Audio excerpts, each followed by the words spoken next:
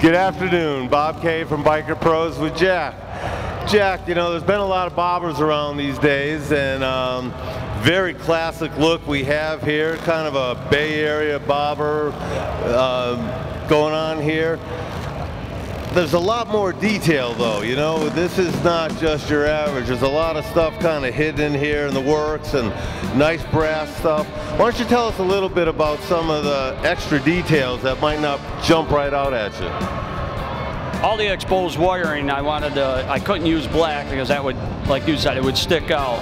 So I had to find some wiring with that would match the color of the bike. So as you can see coming out of the headlight, it matches my pinstriping and the color of the bike. The air cleaner was kind of plain, so I found a gentleman out of California, Steve Weinstock of the Lillian Rose Choppers, and he calls it metal tattooing. It's not engraving. And he actually uses a tattoo needle to do that. Well, you know, this obviously kind of the flat finish and everything, you've carried kind of the basics of what people like to do and run with the bobbers.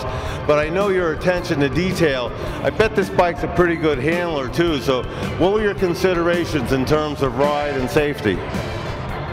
Well, I never really brought that into consideration. It's just that I know I wanted a front brake because I utilize the front brake nonstop. Even though it's an old Harley drum brake, I could still make it work. Well, I heard you talking a little bit about the mousetrap eliminator and making sure everything was synchronized and all that. So, you know, I think maybe it's just kind of a natural thing. You might not have had this focus on safety, but I agree with you. I always run front brakes just because it's 65% of your braking, you know, and that. So tell us a little bit about the effort you went through so you get a nice smooth shift and everything. Well, I went with a Tech Cycle did the primary for me, and they do a great job.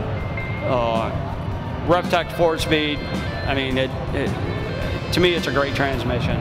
They put that in. The mousetrap was, I didn't want to run a cable. It really was for looks, plus I like to equalize both sides of the bikes. What I have on one side, how far it sticks out, I like to do the other side.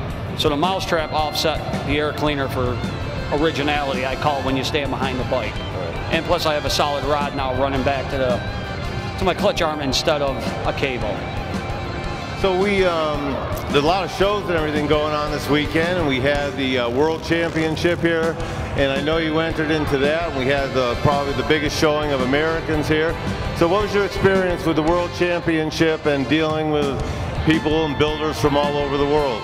That was a great experience. That's the first time I've ever done it. I've met a lot of great people. I've got friends for life now because of it, and it was just a great experience for me.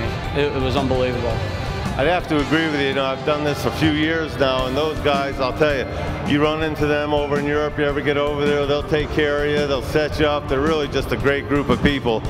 Now the 2012 ride-in show here for Harley-Davidson, they've added this new open class and everything.